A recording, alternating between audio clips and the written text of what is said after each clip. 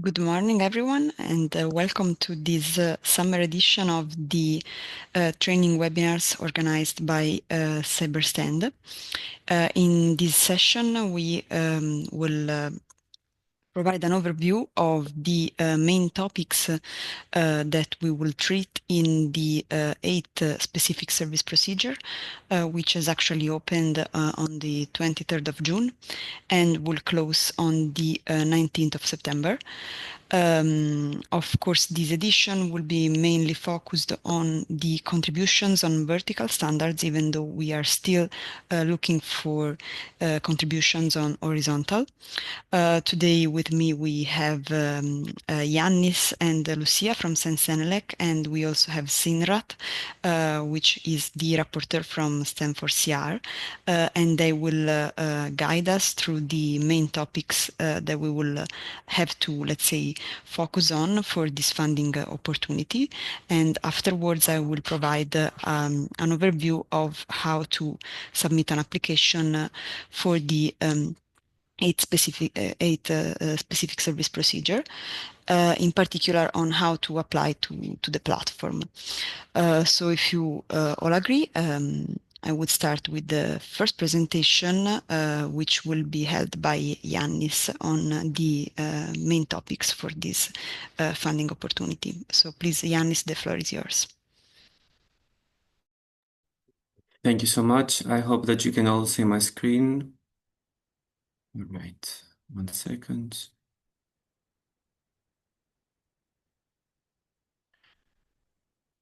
Okay, so, all right, so good morning, everyone. My name is Yannis Frumouziadis, and in the limits of CYBERSTAND.eu, I will present to you today the work of CEN and CENELEC on the CRA standardization and, of course, the priorities for the 8th SSP. Real quick, who we are. CEN and CENELEC are 2 out of the 3 European standardization organizations, ESOs, alongside ETSI. CEN and CENELEC are 2 distinct organizations. Sometimes they work together, so you will see them on CEN and CENELEC. The 3 ESOs are officially recognized as such from Regulation 2025. The CYBERSTAND project indeed aims to support standardization activities for the standardization request of the CRA by funding contributions. You will see in the website of CYBERSTAND all the ways to actually contribute and get funded for doing so. A standardization request is basically a formal document that is issued by the Commission to us, the ESOs, and asks us to develop, revise, or update harmonized standards to support EU policies or legislation.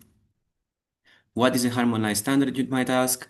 A harmonized standard is a European standard developed by the recognized ESOs and published in the official journal of the EU. It is created following a request from the Commission to one of the ESOs, and the use, of course, of the harmonized standard is voluntary. The industry is free to choose whichever else technical solution they can or they want to demonstrate compliance to the mandatory legal requirements of the EU. However, the harmonized standards they offer a clear and they are industry consented, so there is consensus because they are a recognized path to demonstrate compliance of products, services, processes with the EU legal requirements. And now this is something that must be mentioned, that the CRA is a first of its kind regulation, so actually no standards exist that cover the CRA essential requirements, which is the reason why we are gathered here today to talk about the standardization request of the CRA. Real quick, how the procedure works. Basically, the member states and the Commission, they cooperate to identify the need for a standardization request. They do a draft, they do the request, they send it to the ESOs, CEN, CENELEC, and ETSI. The ESOs, basically the request first reflects on the regulatory objectives, the ESOs assess it, then accept it, and it's a whole work until they draft the standards. I will go through the work real quick in a later slide. They draft the standards and then they send it to the Commission to see if it's compliant with the regulation. And then the Commission basically publishes it in the official journal of the European Union. And then the manufacturers, for example, can put the CE marking on the products that shows the presumption of conformity. This is what this is all about. The presumption of conformity, basically that the product, for example, presumably conforms with the European legislation. And that is good for the market surveillance because right now the products, for example, should do constant security reports or vulnerability risks reports, etc. So the following four questions will basically guide the rest of the presentation. These are questions that I thought that you will ask, so I'm going to answer them first. What standards are requested and thus developed? What is a work program? What are the timelines? And how is the work organized? So, a standardization request, actually, specifically for the CRA, the standardization request is the MC06 CRA. You can find it in the eNorm platform. This request was sent by the ETSI and was accepted by CEN-CENELEC and ETSI, so the three ISOs. And then they also assessed the request and they committed to a work program.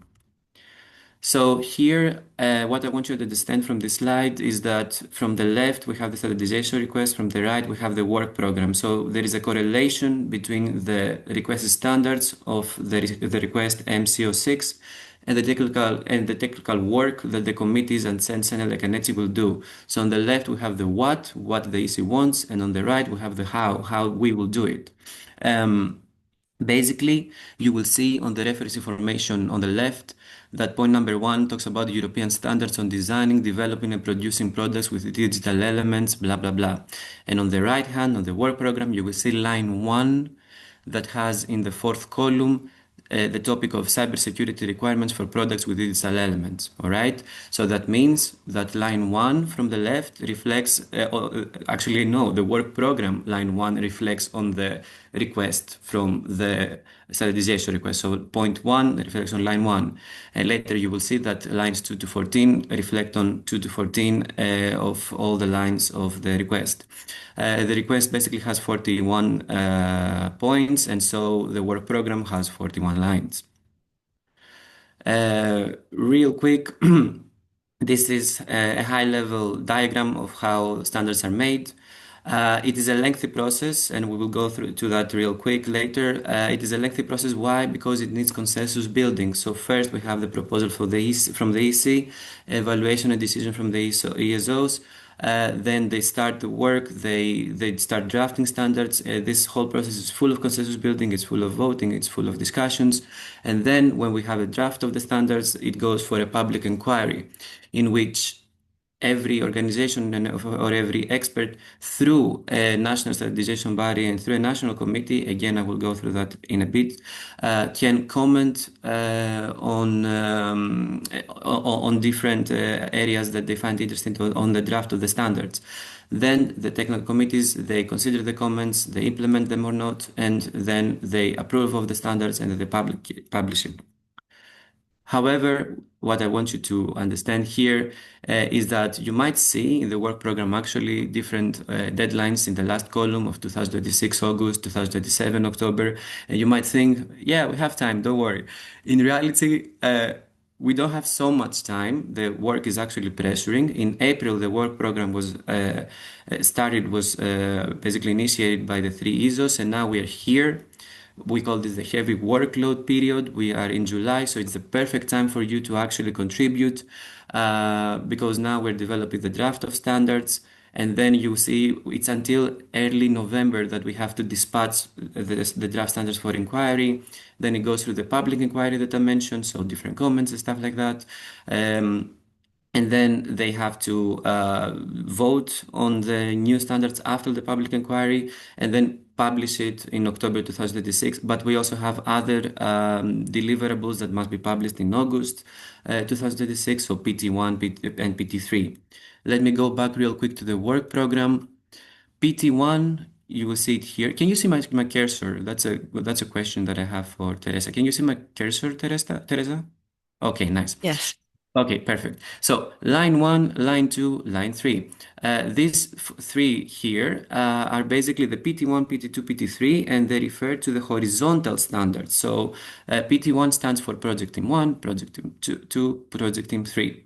They are the horizontal standards. Everything after line 15, so 16 and afterwards, it's a vertical standard. And this is where the focus should be for this 8th SSP. Um, Now, the CRA has different class products, all right? I will not go through that. I will just say that they are divided into product class 1, important product class 2, and critical products. And then, as I mentioned before, we have the horizontal standards. The horizontal standards are mostly like line 1 until 15, and they're done by CEN-CENELEC. And why they're done by CEN-CENELEC? If we go back to the work program, you will see PT1, PT2, PT3. The TCRF, so the technical committee that does that is CEN-CENELEC Joint Technical Committee because they're together, 13, Working Group 9. So it's a work of CEN-CENELEC. And now the horizontal standards must be considered as a building block, like a baseline for vertical standards development. So basically, they will guide the development of vertical standards. The vertical standards, on the other hand, are a work of CEN-CENELEC, and ETSI. You will see, for example, back in the work program, line 16 is a vertical standard done by CEN, a CEN-TC 224 Working Group 17. 17A, after that, you will see ETSI. And then once again in 20B, you will see CENELEC TC. So once again, the work is done by those three ESOs. And then we have lines 39 to 41. This is the critical products. They're done again by CEN-CENELEC, three different TCs. Real quick, how is the work organized? All standards development is happening in technical committees. Once again, it was, for example, before we saw CEN-TC. TC stands for Technical Committee. The technical committees have working groups that focus even more on more dedicated targets to cover. And who can be part of technical committees are the people that organized here, and they are experts from actually they are experts that they have to talk to the national standardization bodies and the national committees of the 34 countries that are members of CEN and CENELEC. Now, you will see that some countries, such as Belgium, for example, they have NBN and CEN, here. Based on the work and the topic that you will choose, you will either work for a CEN-CENELEC committee, a CEN or a CENELEC committee, or even a NETS committee. For example, Belgium has NBN that is a member of CEN and SEB that is a member of CENELEC. So what I want you to understand is that you have to identify the topic that you want to work with, and then go to the work program and say, for example, I'm an organization that wants to work on personal identification and related personal devices with secure elements, blah, blah, blah. So I will refer to the CEN-TC 224. And if I am an organization from Belgium, then as CEN, I will have to speak with NBN. Here, NBN. If you see only one standardization body or national committee is the same thing, then that means it's a member of both. I will not go through every specific technical committee right now, but today we have Srinath. He's an expert from the CEN-CENELEC TC 65X. Actually, he's the rapporteur. This is a vertical a committee working on vertical standards. Once again, the focus is on vertical standards. He will guide us very well through the work of the TC, so you can be inspired to understand, for example, what they do, so you can contribute. And the key takeaways from this presentation are the following. I cannot urge the fact that indeed vertical standards is the focus of the 8th SSP.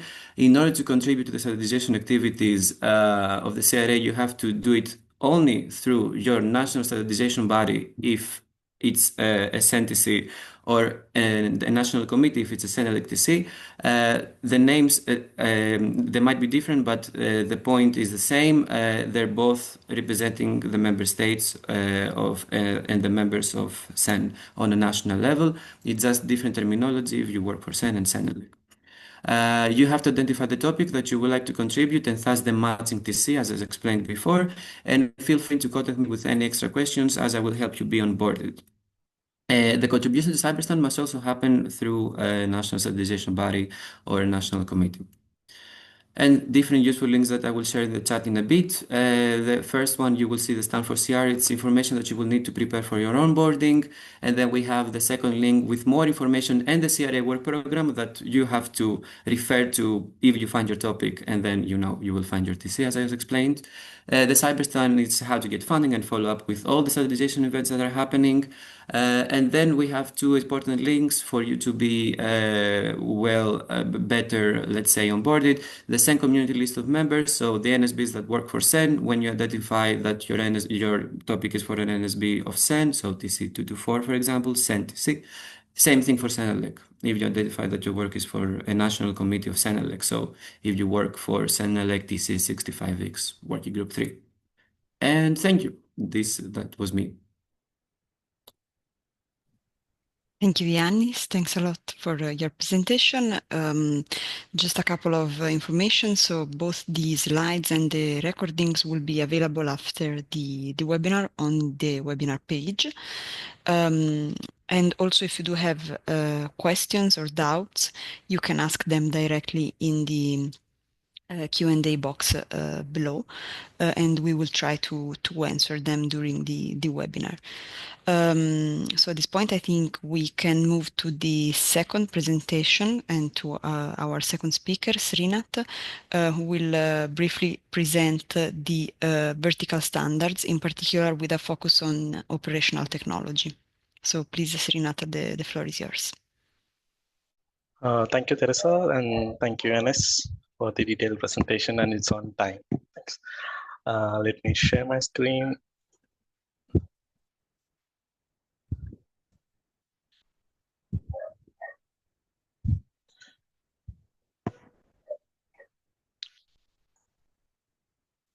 I hope my screen is visible. Yes.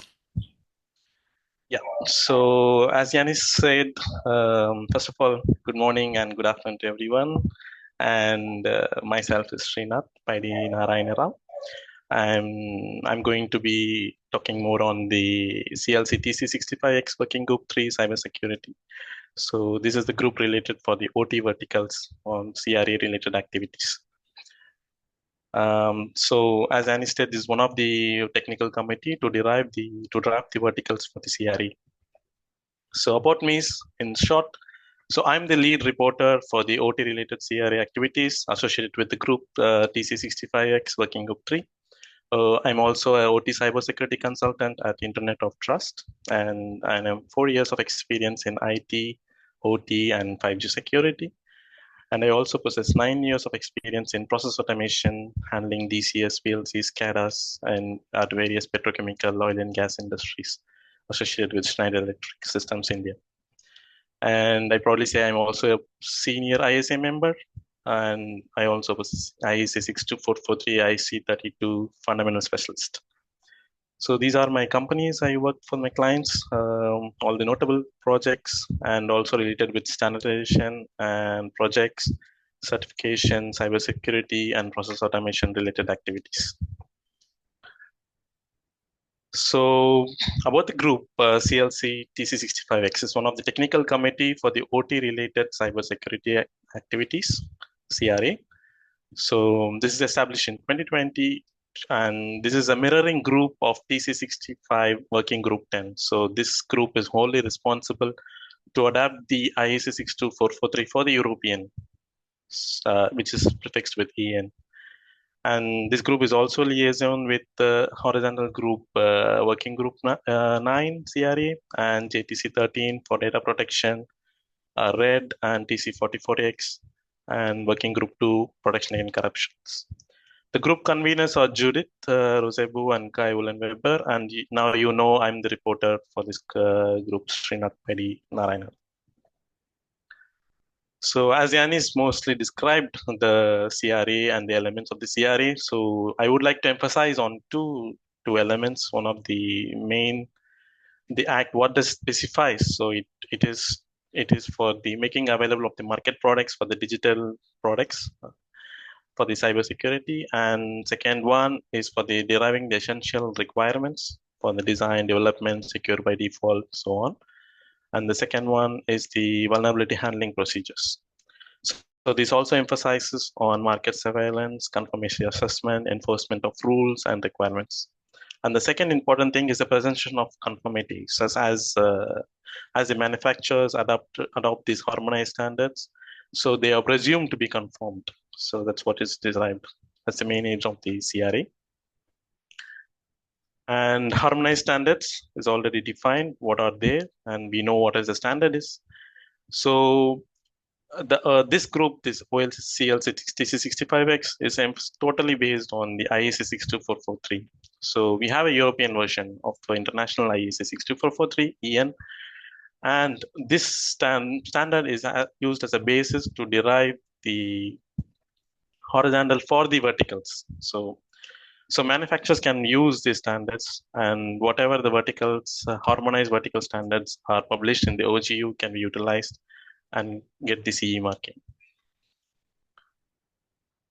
To see the overview of the international standard, we know these are the parts and the groups. So we have the 1-1 for the general, system for 3-1, 2-1 for the asset and patch owners, 4-1 for the component, and 5- is the security profiles, which is very important, and 6 is for the evaluation. And the same is adopted in the European side, so which is called EN IEC 62443, so which is already available. And we have 6.2, it's the same, is the adoption from the international standard, which is used for the evaluation, which is still in progress. And we have 1-5, which is for the security profiles, which is also important, why you can come to know in the next profiles. So as we know, we have the EU Cyber Resilience Act. So we have the various annexures, and we know what is emphasized. So as I told, it focuses on the cybersecurity requirements, number 2, vulnerability handling, and there are additional annexes like informations and technical documentation. So all these are input to this IEC 62443 4-1, so which is the life cycle software, is a secure development life cycle. And under this, we have 4-2 and 3-3. So 4-2 is for the components and 3-3 for the systems. So as I told, 4-2 for the technical requirements for the components and 3-3 for the systems, and 4-1 is the secure development life cycles. All these are mapped with the CRA annexure part 1 and part 2. Accordingly, we can map. Also, we need for the CRA, we need the testing methodology, which we are going to use 6-2, and we need the independent profiles for the products like firewall, VPN, secure information systems, and so on. And we're going to use the 1-5. It's the same, 4-2 for the components, 3-3 for the system, 6-2 for the evaluation, and 1-5. These are the 4 standards we're going to use completely throughout the CRA. This is a definition of OT. It's for we need detecting, managing, and causing. So you might ask why this approach, why we use IEC 62443 for the OT, for all the OT devices for drafting requirements, because one thing is widely used and available in the market. Second, it's already mature and used in the development, so it is easy to use to be development for the harmonized standards. And there is already a working community involved in this, so we can easily develop these on timely available for the harmonized standards. And since this IEC 62443 is broadly used for all the OT devices and OT infrastructure, in the future we can derive many. It's easy to derive the work profiles on the broader side. So that's why we are using this approach of using 62443 as a base.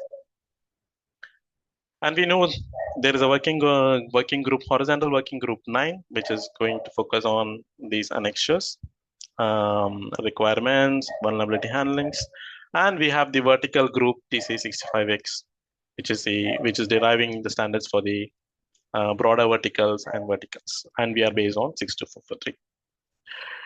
So as Yanis said, there are 3 project teams, PT1, PT2, PT3. So general principles, requirements, and PT3, those are the horizontal, and vertical. One of the and we have the components of the products, which is routers, modems, and switch, and so on. And this group is going to focus on the OT side. So based on i62443, we have routers, modems, switches, and so on. So since we are based on all these development lifecycle is 4-1, and we have development lifecycle for 4-2, and we have system for 3-3. So it's easy to approach the verticals. And we also need to focus on 1-5 because this is going to define the process for the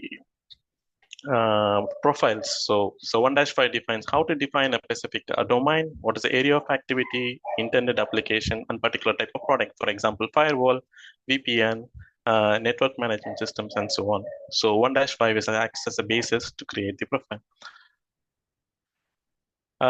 So in this group, these are the products come under scope. These are the work items.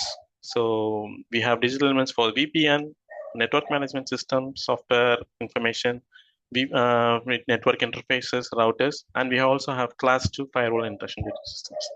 So this group is mainly focuses to draft the requirements for these work items. That's the main aim of this CS group. So how we approached? So we approached 4-1, defining the 4-1, defining the 4-2 based on the CRA requirements, and we will define the independent verticals. So independent work items. So VPN, as I told, VPN, CM, etc., which serves as a base using 1-5. So since 3.3 still is not in effect, but we can find out in the future the list of systems and so on. So we already have 4-1 defined by EN, and we already have 4-2 in the EN standards. So now these two documents are further modified or upgraded with the CRA requirements, and the gaps are filled. And these two work items are already in progress. And later, once these are completed, and we will start drafting the requirements for VPN, other firewalls, so on. As I know, I'm the reporter for this to draft this. So the goal of this working group 3 is to use the 4-2, 3-3 requirements and adapt the common modifications and limit the potential market disruptions and so on. So we no need to create the new standards, new drafts. So we use the existing one, bridge the gaps, and serve as the final harmonized standard products. So we have 4-2. So we're gonna draft it to 4-2 into 2026, and 4-1 is even upgraded. And we will derive the 6 vertical standards. So today we have all these. And for CRA deadlines, we're going to develop the 4-2 with 2026. And there is also opportunity, we will propose this for the future for the high international standards. That's the objective. So we also have the timelines, the broader verticals 4-1, this is ongoing, and we'll be completing by September 2025 this year. And we need to draft the verticals for firewall, VPN. This is going to start from October and we'll complete on 2026. So of course, we need this expert, as I said. So, and this can be you. So that's all. Thank you. You can still ask any questions if you have any.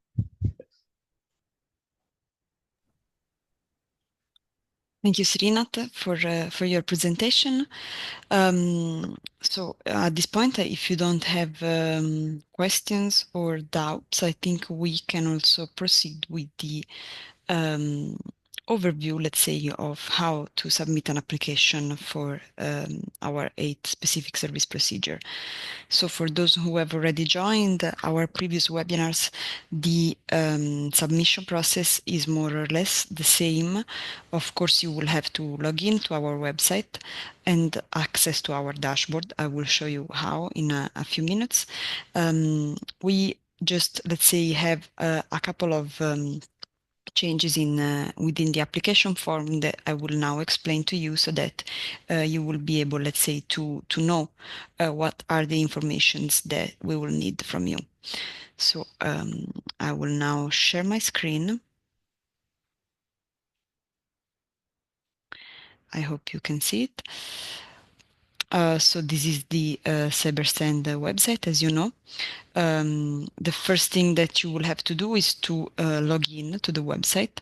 And of course, now I'm already logged in, but once you will log in the website or register in the website, you will then be able to see the dashboard, which is basically our grants platform that we have developed at Trust IT and that we use for the application submission process. So you will be able to see the 8 specific service procedure, which is now open for funding. And if you click to apply now, you will be able to see the application form. Of course, you can, let's say, start implementing the application form and then save a draft if it's needed. And you can also, of course, change then the application form details afterwards, so you don't have to submit everything just in one batch, let's say. So first of all, as I was saying, you can submit a draft now. The important thing, of course, is to submit the application before the deadline, which will be on the 19th of September at 17 CHEST. We always recommend also not to wait until the last minute for the submission, as this might cause some issues because you know, during the last hour we receive usually many submissions, and so in order, let's say, to avoid any technical issues, our suggestion is to submit the application if possible a bit earlier than the final deadline. So having said that, as you can see, let's say we have made one major distinction now, which is between the individuals and the companies, because as you know, CYBERSTAND is accepting contributions both from individuals, so individual experts, but also from companies. So in this particular case, what we have changed from the previous batches is basically this information that you will have to add at the very beginning, where you have to specify whether you are joining and asking for a contribution as an individual or as a company. Of course, another important, let's say, rule that we have is the one concerning the members from the European Union, because in this case, CYBERSTAND can only accept applications from individuals and companies from EU member states. We also include, of course, overseas countries and territories and the EEA countries, so Norway, Iceland and Liechtenstein. But let's say for companies or legal entities that are established in the European Union but are controlled from third countries, in this case they are excluded from the funding. So it's very important to check this thing before submitting an application. Another very important thing is to submit the CV. Otherwise, you won't be able to submit the final application.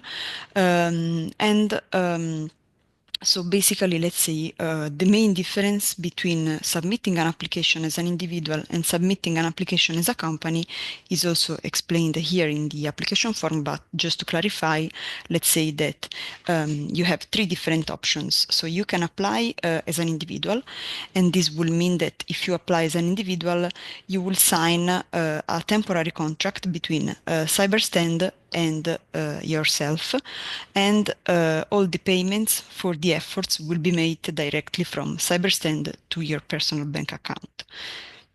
On the other side, if you are an individual, you also have another option. You can apply as an individual, but through your company. So this basically means that you can apply as an individual, but you will be contracted for the work that you propose to do through your company. And so a contract will be signed between your company and CYBERSTAND.eu, and all the payments will be made directly through your to your company. Of course, in this specific case, we will specify in the contract that the payments that CYBERSTAND will make to your company will be for the efforts provided by you. In the end, the final typology of funding is the one through, from, let's say, for a company. So in this case, if you want to apply as a company, This basically means that you will have to present and implement a group work, let's say. So basically, in this case, if you want to apply as a company, of course, it cannot be just one person, but you will have to specify the team of the company that will do the work and all the activities, and also you will have to upload the different curriculum vitae, because in the application form we have a specific section where we ask the experience of the candidate, and so in this case you will have to include the experience of the team that will work in this contribution. In this case, as for payments, of course, the payments for the efforts of the team members will be made directly through the company. So it is very important to understand that a company application is a teamwork application. So this means that you cannot be alone if you want to submit a company application. You have to create, let's say, your team. Of course, they all have to work for the same company, and then you have to submit the application as a company. So it's important to stress this aspect if you are planning to apply as a company. As for the other things, I would say nothing much has changed compared to the previous funding opportunities. We always have the same type of contributions. One of the first things that we ask is to identify the macro areas of the cyber resilience sector standardization requested by your application. So if you are planning to contribute to the horizontal or the vertical standards, and then you can also specify the line of the horizontal or vertical standards where you are planning to contribute. As you can see here, we do no longer have the line 1 from the horizontal standards, because contributions for that line are no longer needed. So let's say that for the horizontal standards, you can contribute from line 2 until line 15. Then, of course, you will have simply, let's say, to fill in the application form with all the details. The application form is divided into 4 main sections. The first one, where you have to provide an overall concept of your contribution with objectives, and also with the approach you're planning to use. Then we have a section related to the impact of your contribution. So here, basically, you will have to describe the expected impact of the proposed contribution. In particular, of course, the impact on the CRA Standardization Request and also on European interests. You can also specify the reference standards and, of course, which working group will be, let's say, affected by your contribution. Then we have a section which is dedicated, the third section, which is dedicated to the work plan and the timeline. So here, basically, let's say it's very important that you describe the activities, and also that, let's say, these activities will be somehow embedded in the corresponding technical committee or working group, and that the timeline will also, let's say, reflect the deadlines that are described in the ETSI and CEN-CENELEC joint work program. So here we simply ask for a description, more or less, of the work plan that you're planning to do, and the targets and the contributions to the harmonized standards. And then we have a final section on the costs. So the eligible costs are mainly the personal working effort, the travels in case you're planning to attend meetings, and so on. And also, if you are not already a member of ETSI and CEN-CENELEC, you can also request a contribution for the membership fees. And then at the end, you will have to upload the personal CV or the CVs in case of a company application. If you also have, I don't know, maybe a company CV, let's say, you can also, of course, upload it. It's useful indeed for the evaluators, and then any additional attachments. In the end, we simply ask for a concise summary, let's say, of your proposed application, because in case you will be funded, we will use this for communication and dissemination purposes mainly. So I would say more or less that's all you need to know. Just a reminder that applications that will be submitted will be evaluated, let's say, quite immediately, meaning that you don't have to wait until the end of this funding opportunity. So you don't have to wait until the 19th of September, because the evaluation process is continuous. So this means that if you submit an application, I don't know, maybe tomorrow, in the upcoming days, the evaluation process will start, and hopefully in a couple of weeks, you will be able to know whether you will be funded or not. So it is, since of course these contributions are extremely needed, and let's say it's important to save as much time as possible, that's why we have decided to evaluate applications as soon as they come in. And more or less, let's say the evaluation process has a duration of a couple of weeks, so you can expect more or less to know whether you will be funded or not after 2 weeks from the submission. So, of course, if you already have a quite advanced draft and you are planning to submit it, be aware that you won't have to wait until September to know whether you will be funded or not. I would say this is more or less all from my side. I don't know if you have any other questions for me or for the public. Let me check. There are some questions, Teresa, I see from Marta about the Yes. required time estimate for one expert over the whole work. So that's a very interesting question indeed, because if you're new to standardization, or maybe if you already take part of the work, you will soon notice once you join the technical committees that the meetings take place maybe once or twice a week. So it's a couple of hours that you need to dedicate yourself to attend these meetings and to participate, because how it works is really a team of people working on the developments. They are discussing the context, how they are discussing what text it will eventually land on the standard. So that requires a lot of participation and constant involvement, because if you attend 1 week and you let pass a couple of weeks, you will suddenly be a little bit lost, and it will be difficult for you to catch up on the content. So when you think about the estimation of the effort, think already more or less 3-4 hours per week are dedicated in meetings. And then of course, you can always prepare for those meetings. You can read any pre-read materials.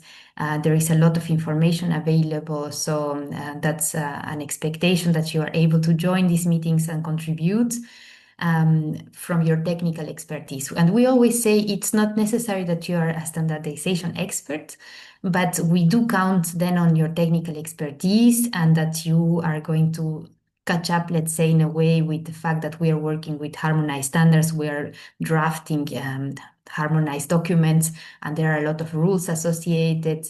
And due to the short timelines we have, we need you to join and try to understand and learn all of the rules as you go, so that you can also consider in the amount of time you need to invest. Just following the meetings once in a while is not going to be sufficient, because the work is advancing at a quite impressive speed. So that's a little bit what we will need, and that will be realistic also in your application to specify. So indeed, if we think of the long-term application, that's the 20,000. If you divide that by 450 per day, that gives you around 40 something days, depending if you're wanting to want to travel or not. And if you spread that maybe between now and March next year, then you can have a good overview more or less on how many hours you can dedicate. And you can, of course, put some more busy periods of time. As Yanis showed in his slides, you can then revisit it There are some more busy periods than others because due to the standard development, sometimes we land in periods where we're doing some revisions and there is not a lot to do in those months, so that you can consider as well. I hope this was helpful. Let's see maybe if there are any follow-up questions. Okay. Teresa, is the 450 euros is with or without VAT when applying by the company? That's a follow-up question of Marta as well. Yes, I have to check internally with my administration team to be sure, but I'm quite sure it's without, but I will check. All right. And there is a good question. I see Yanni typing an answer, but we can also type answer it live, both. So you have both answer in Okay. writing and live. Yes. So how we work, we at CEN-CENELEC at least, so ETSI may work differently. CEN and CENELEC are the European level, so the umbrella, let's say, organizations, and then based on where you are, not your nationality, based on where you are, you need then to become a member of CEN-CENELEC via the national standardization organization, let's say. So no, you don't have to write two applications. So we can think of the CYBERSTAND as a help for you to participate, it's a funding, and that's totally independent of how you become a member or how to do it to adjust. So regardless of CYBERSTAND, anyone can participate in CEN-CENELEC standardization as an expert by joining their national committees. So that's one side of the story. And then the other side is when you write your CYBERSTAND application, then you need just to propose something to work. It's one application. And then once your application is accepted, you then will have to become a member of the national committee. And indeed, it's some sort of application, but it will be less subject to an evaluation, or like we do in CYBERSTAND, we will see your CV. There will be also an evaluation of your application and your proposal. For becoming a member of a national committee is less of a procedure. You just need to go and specify you want to become an expert. There is a membership fee sometimes. And then that's it. And you become a member. You need to say in which technical committee you want to participate according to your proposal. If I may, I wanted to do another clarification. So thinking about now of the workload and how much estimations you can do of what will be needed. Sometimes we see very ambitious applications. They want to work in many verticals. And then we see that a limitation, because then if you have to really attend each of the project teams each week, it can be perhaps too much. So please consider that in your proposal, we rather see maybe one targeted application to one or two topics, but seeing 5, 6 topics at the same time, it can be really challenging. And then we will have questions on the application in that sense, because we will find it from our experience, it's very difficult to follow different topics at the same time and really contribute. So we favor really focused applications. And I think the last comment from my side, and thank you so much, Jeanette, for being here, and for your presentation was super clear. But that's not the only verticals we have. Don't forget, any kind of vertical is welcome, and for that you can go to his slides. We will share them on the website, and there you can have the full overview. And as Teresa showed, when you see the application form, you see really the drop down with all of the possibilities. So the fact that we had Jeanette today doesn't mean that you cannot apply to anything else. This is just we're really looking for the profiles, as Jeanette explained, and that's why we were favoring having a presentation today on that regard. But anything is welcome. Thank you, Teresa, for allowing me for the comments. Thank you, Lucia. Very useful comments as well. I'm simply now adding the email from CYBERSTAND, where you can write us if you have any questions or doubts on Oh, sorry, I didn't send the email to everyone, sorry.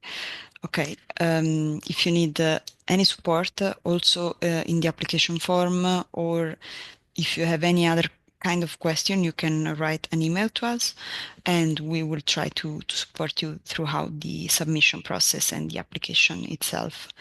One hand, by the way, that's yes. great. By participant called Bala. I don't know if you have questions, maybe you can write them in the chat, because I don't know if I can allow, maybe I can allow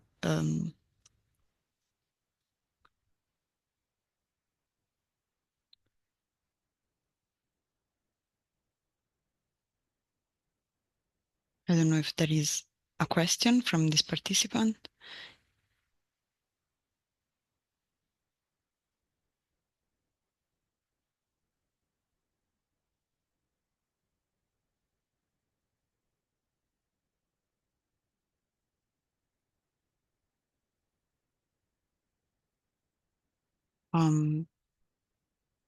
Maybe not. In any case, you have the email address if it's needed, and you can write directly to us. Of course, also for any doubts, you also have the email of Yanis. So I would say we can now close this webinar. Of course, if you have comments, please feel free to contact us. I would like to thank all of our speakers of today. So thank you, Srinat, Yanis, and Lucia. And be aware that, let's say, the presentations and also the recording of this webinar will be available in the website by tomorrow at the latest. So thanks everyone for joining, and if you want, of course, you can apply to our 8 specific service procedure. Thanks a lot. Thanks everyone. Have a nice day. Thanks. Okay. Bye-bye. Thank you, everyone.